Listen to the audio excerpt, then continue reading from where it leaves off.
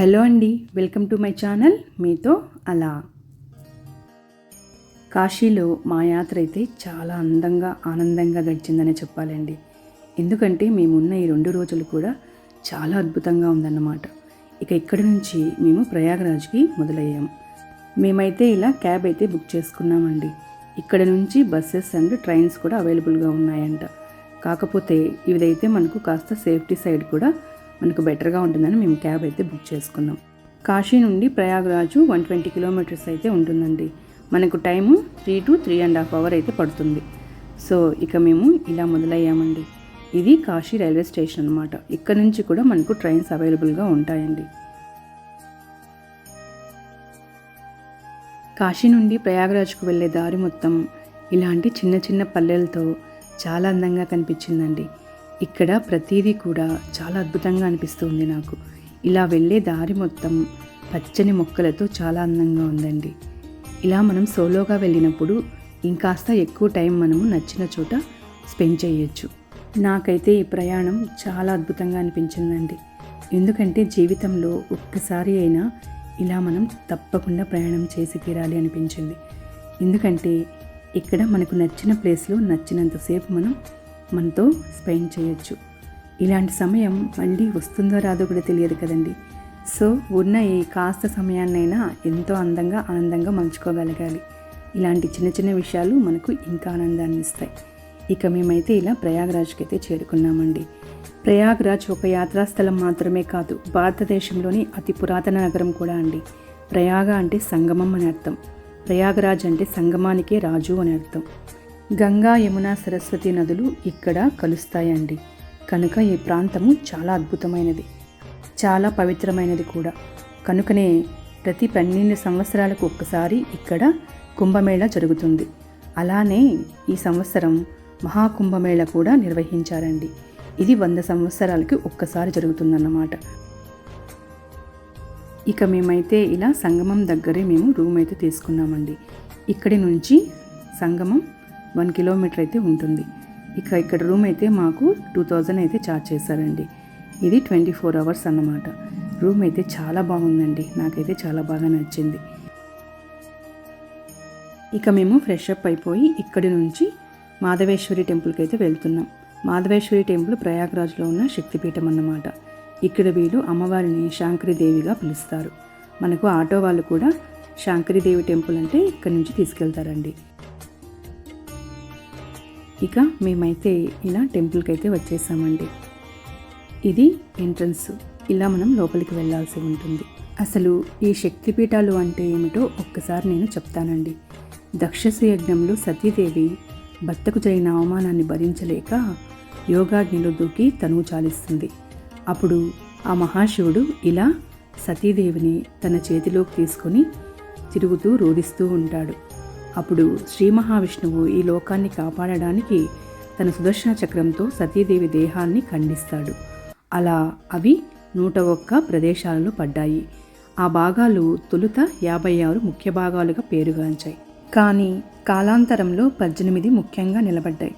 వాటిని అష్టాదశ శక్తిపీఠాలుగా పిలువబడుతున్నాయి. అందులో శ్రీ మాధవేశ్వరి దేవి ఒకటి. ఇక్కడ సతీదేవి అరచేయి పడిందన్నమాట. ఇక్కడ అమ్మవారి విగ్రహం అయితే ఉండదండి. ఒక పీఠంలాగా ఉండి పైన ఒక ఉయ్యాల ఇక్కడ కనిపిస్తూ ఉంటుంది. అది మాత్రమే మనకు ఇక్కడ దర్శనమిస్తుంది. ఇది అమ్మవారి గుడి గోపురం అండి. ఇక్కడ ఆలయాల్లోని గోపురాలన్నీ ఇలానే మనకు కనిపిస్తూ ఉంటాయి. ఇక మనం ఇలా లోపలికి వెళ్ళాల్సి ఉంటుంది. లోపలికి మొబైల్ అయితే అలౌ లేదండి. సో ఇక్కడి నుంచి మనకు వీడియోస్ అయితే తీయడానికి పర్మిషన్ లేదన్నమాట. ఇక మేమైతే లోపలికి వెళ్ళి అమ్మవారి దర్శనం అయితే చేసుకున్నాం. అసలు ఆ అమ్మవారి దర్శనం అయితే ఎంత అద్భుతంగా జరిగిందో మాటల్లో అయితే చెప్పలేనండి. ఇలా ఆ అమ్మవారిని చూడగానే మనసంతా ఎంతో ఆనందంగా వేసింది. ఇక మనకు ఇలా బయటికి రాగానే ఇక్కడ ఇలా చిన్న గుడి కూడా ఉంటుందండి. ఇలా వెనక వైపు నుంచి మనం బయటికి రావాల్సి ఉంటుంది. ఇక్కడ మొత్తం షాపింగ్స్ ఉంటాయన్నమాట. సో ఇక్కడైతే మొత్తం దీపాలు, పువ్వులు, ఇలా పిల్లలకు ఆట వస్తువులు లాంటివి అమ్ముతూ ఉంటారు. ఇక గుడి అంతా అలా తిరుగుతూ చూస్తూ ఉన్నానండి.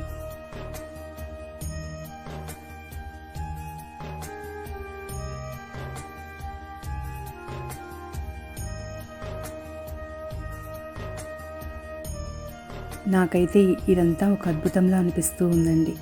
ఎందుకంటే జీవితంలో ఒక్కసారి అయినా మనం ఇలాంటి యాత్ర కంపల్సరీ చేయాలి అనిపించింది. అసలు శక్తిపీఠాలను దర్శించడమే ఒక అద్భుతం. అందులోనూ అస్సలు జనాలే లేరండి. ఈరోజైతే ఎంత ఫ్రీగా దర్శనమైందంటే మాటల్లో అయితే చెప్పలేను. మమ్మల్ని ఇక్కడి వరకు రప్పించుకున్నందుకు ఆ అమ్మకి మనస్ఫూర్తిగా ధన్యవాదాలు అయితే తెలుపుకున్నానండి.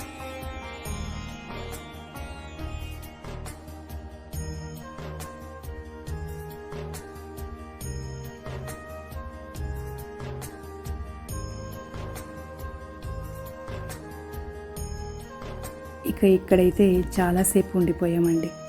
ఇక్కడి నుంచి మేము త్రివేణి సంగమంకి అయితే బయలుదేరుతూ ఉన్నాము. ఇలా గుడినంతా ఒకసారి చూసుకొని అలా కాసేపు కూర్చొని బయటకైతే వచ్చేసామండి. బయటికి రాగానే మనకు ఇలా ఆటోస్ అన్నీ అవైలబుల్గా ఉంటాయి. ఇక్కడ నుంచి మనం ఆటో బుక్ చేసుకొని త్రివేణి సంగమంకి అయితే స్టార్ట్ అయిపోయామండి.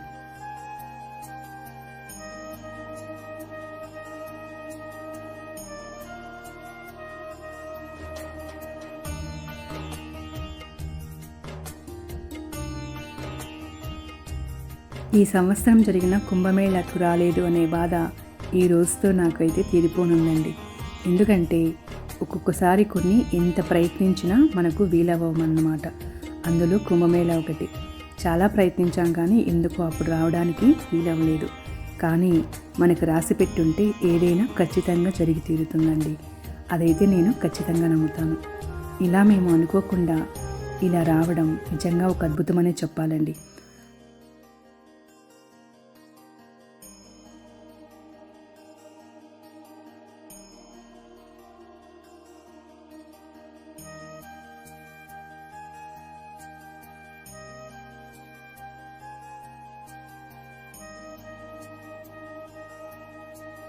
ఇలా మేము సంగమం దగ్గరికి అయితే చేరుకున్నామండి.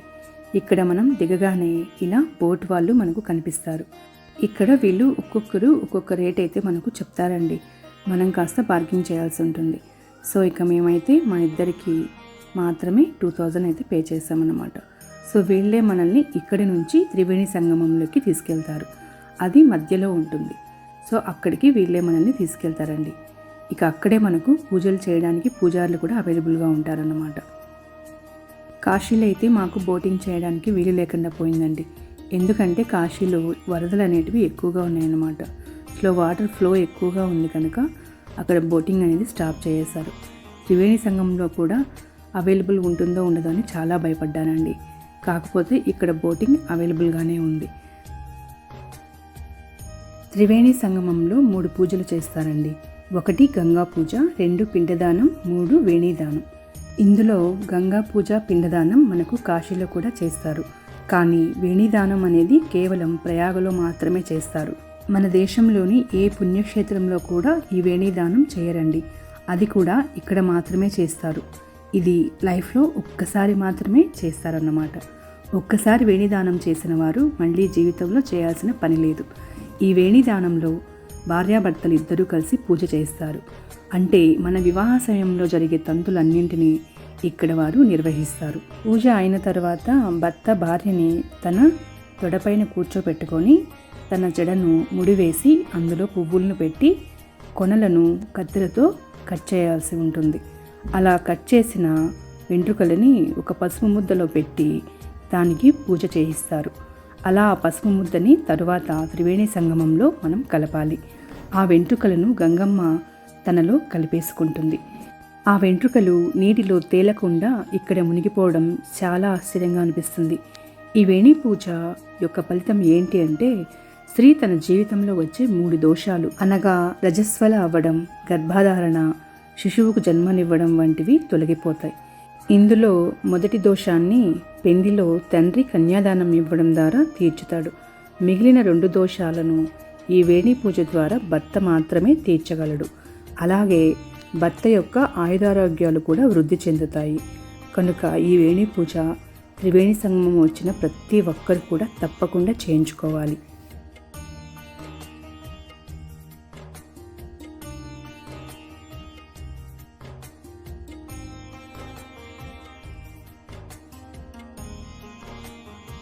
ఇలా ఇక్కడ బోట్లన్నీ ఫుల్గా ఉన్నాయండి. చాలామంది వస్తూ ఉన్నారన్నమాట. ఇక ఇక్కడి నుంచి మనకు త్రివేణి సంగమంకు తీసుకొని వెళ్తారు. ఇక్కడ ఇలా 2 బోట్ల మధ్యలో ఒక చెక్కని కట్టి నీటిలోకి వదులుతారు.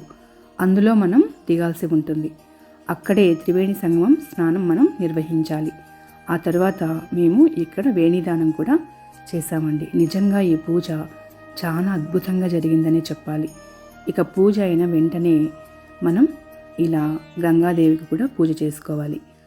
ఇక నేనైతే ఆ గంగమ్మకు ఇలా పసుపు కుంకుమ చీర సారెలను అయితే అందజేశాను.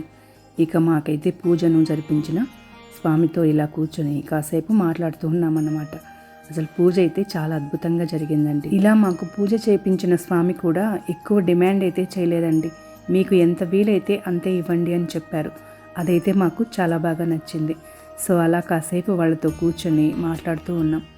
ఇక ఇలా మేము తిరుగు ప్రయాణం అయ్యామండి.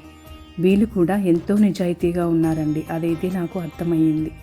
ఎందుకంటే వీళ్ళు మమ్మల్ని డిమాండ్ చేయలేదు. వాళ్ళు చెప్పే అమౌంట్ను మనం కాస్త తగ్గించమని అడిగినా కూడా తగ్గిస్తున్నారు. సో మనకు ఎంత రీజనబుల్గా ఉంటే అంతకే మనం బోట్లు అయితే తీసుకోవచ్చండి.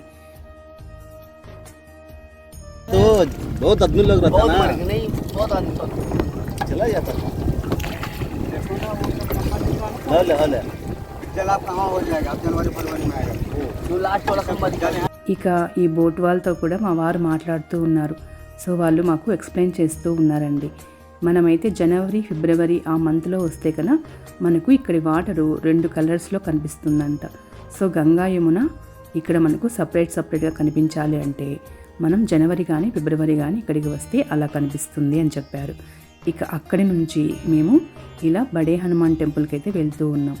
ఈ బడే హనుమాన్ టెంపుల్ కూడా సంగమం పక్కనే ఉంటుందండి. కాకపోతే ఇది సాయంత్రం 5 గంటలకు ఓపెన్ అవుతుంది అని చెప్పారు. సో మేము ఇక 5 గంటల తర్వాత అయితే టెంపుల్కి వెళ్తూ ఉన్నాం.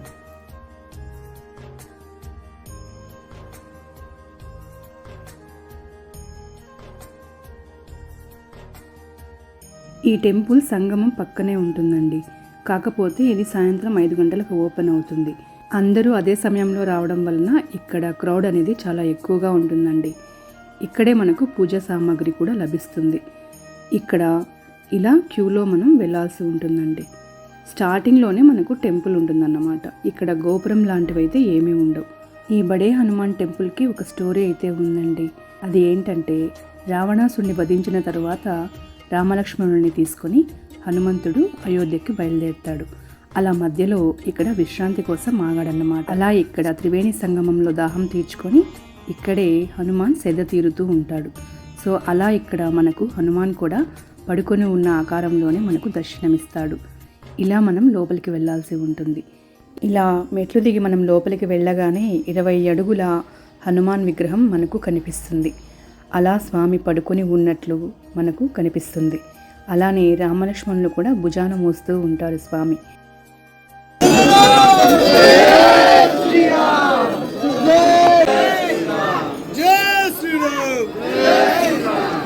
అలా హనుమయ్యను చూడగానే ఎంతో ధైర్యం వచ్చేస్తుందండి. మనం తెచ్చిన ప్రసాదాలన్నింటినీ ఇలా స్వామికి సమర్పించి దానిని మనం స్వీకరించాల్సి ఉంటుంది. ఇక్కడ ఇంకొక అద్భుతం కూడా జరుగుతుందండి.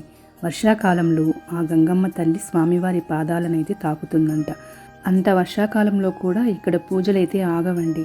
స్వామికి నిత్యం ఇక్కడ పూజలనైతే నిర్వహిస్తూ ఉంటారు.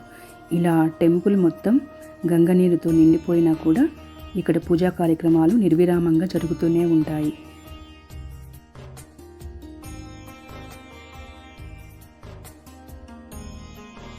ఇక మేము ఆ స్వామి దర్శనం ముగించుకొని ఇలా బయటకైతే వచ్చేసాము. ఇక్కడ గుడి బయట దీపారాధన చేసుకుని ఆ స్వామిని మనస్ఫూర్తిగా నమస్కరించుకున్నామండి.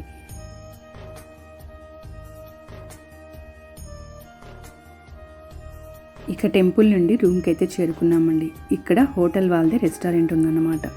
ఇది హోటల్ కమ్ రెస్టారెంట్. సో ఇక్కడికి వచ్చి ఫుడ్ అయితే ఆర్డర్ చేసుకున్నాం. కాశీలో అయితే మాకు రైస్ ఐటమ్స్ అనేటివి అస్సలు దొరకలేదండి. సో ఫుడ్కి అయితే కాస్త కష్టమైతే అనిపించిందండి కాశీలో. కానీ ఇక్కడైతే మాకు ఫుడ్ చాలా బాగా నచ్చిందండి. ఇక్కడ నీట్నెస్ కూడా చాలా బాగుంది అనిపించింది. సో మాకైతే ఈ హోటల్ చాలా బాగా నచ్చిందండి. ఎవరైనా ప్రయాగరాజ్కి వెళ్తే ఈ హోటల్ని ఒకసారి విజిట్ చేయండి.